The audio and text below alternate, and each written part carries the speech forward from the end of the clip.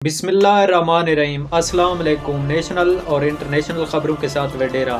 Iran uranium کی افسردگی میں توسیع کا منصوبہ بنا رہا ہے۔ International atomic energy agency. روس کو یوکرین کے خلاف اپنا دفاع کا حق حاصل ہے۔ کم جون جنوبی کوریا۔ اسرائیل کے لبنان میں جنگ بندی کے بعد غزہ پر حملہ تیز، مزید 100 فلسطینی شہید۔ نتن یاہو غزہ میں نسل کشی کر رہا ہے، سب کا اسرائیلی وزیر۔ ترکیہ نے روس پر امریکی پابندیاں کی مخالفت کر دی۔ ترکیہ۔ اسرائیل نے غزہ کو خون میں نہلا دیا۔ دبئی میں آج سے بس اسٹیشنوں پر مفت وائی فائی کی سہولت کا آغاز۔ سروس ابتدائی طور پر ستو، یونین اور گولڈ سوس اسٹیشنوں پر فعال کی جائے گی۔ متحدہ امارات۔ چین کے صدر محمود عباس نے اپنا جانشین نامزد کر دیا۔ اگر فلسطینی صدر محمود عباس کام جاری نہیں رکھ سکا تو ان کے جانشین نئے انتخابات تک 90 روز کے لیے صدر ہوں گے۔ فلسطینی صدر۔ $62 ملین میں بکنے والا آرٹ قلعہ اپنے انجام کو پہنچا گیا۔ اس قلعے کو خریدنے والا اب ہونے سے پہلے کھا گیا۔ غیر ملکی میڈیا رپورٹ کے مطابق کرپٹو کرنسی کاروبار سے ارب پتی شخص جسٹن نے $62 لاکھ کی مالیت کا آرٹ قلعہ کھا لیا اور کہا ہے کہ وہ پھل فروش عالم سے مزید 1 لاکھ قلعے خریدے گا۔ جٹسن۔ شام باغیوں کے حلب پر قبضہ، سرکاری فوج کا عارضی طور پر دستبرداری کا اعلان۔ جوابی مہم کے لیے مکمل طور پر تیاری کے ساتھ مزید فوجیوں کو تعینات کیا جا رہا ہے۔ شامی فوج۔ دنیا کو سلامتی کونسل کے 5 ارکین کے رحم و کرم پر نہیں چھوڑا جا سکتا۔ صدر ترک۔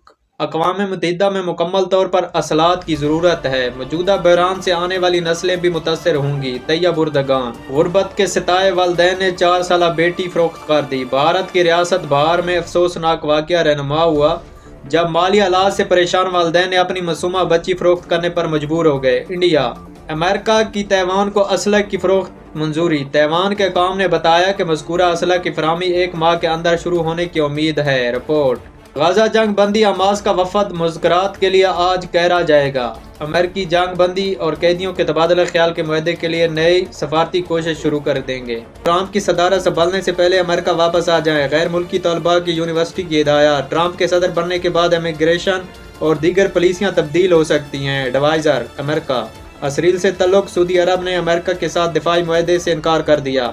خبر ایجنسی کے مطابق سعودی حکام کا کہنا ہے کہ آزاد فلسطین ریاست کے قیام تک سعودی عرب کے اسرائیل اور امریکہ کے ساتھ تعلق معمول پر نہیں آ سکتے۔ سعودیہ۔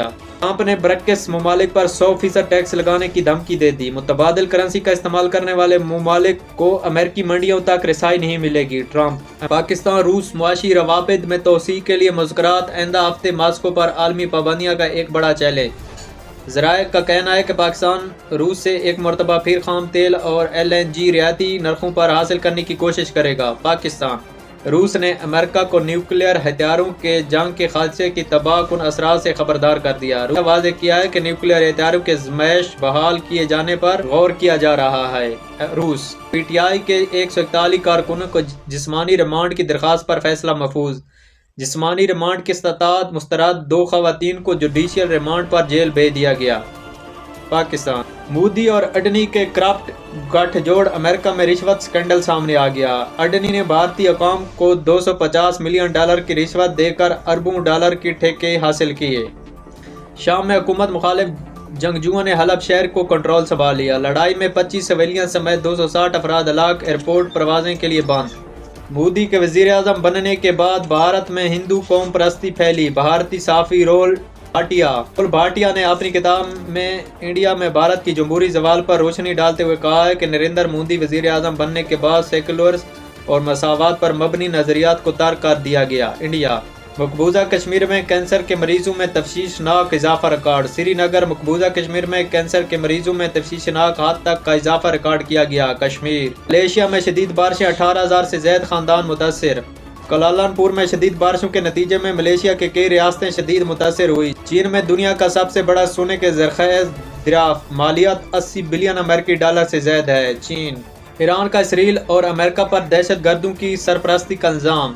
شام میں حزب اللہ اختلافات کے حملوں کے پیچھے اسرائیل اور امریکہ کا ہاتھ ہے۔ یہ دونوں ممالک شام میں دہشت گردی کے ذمہ دار ہیں۔ ایران۔ یہ تھی کوئی نیشنل انٹرنیشنل خبریں جو ہم نے آپ تک پہنچائی۔ ہمارے چینل کو لائک سبسکرائب کر دیں تاکہ ہم ایک دوسرے کے ساتھ جڑ سکیں۔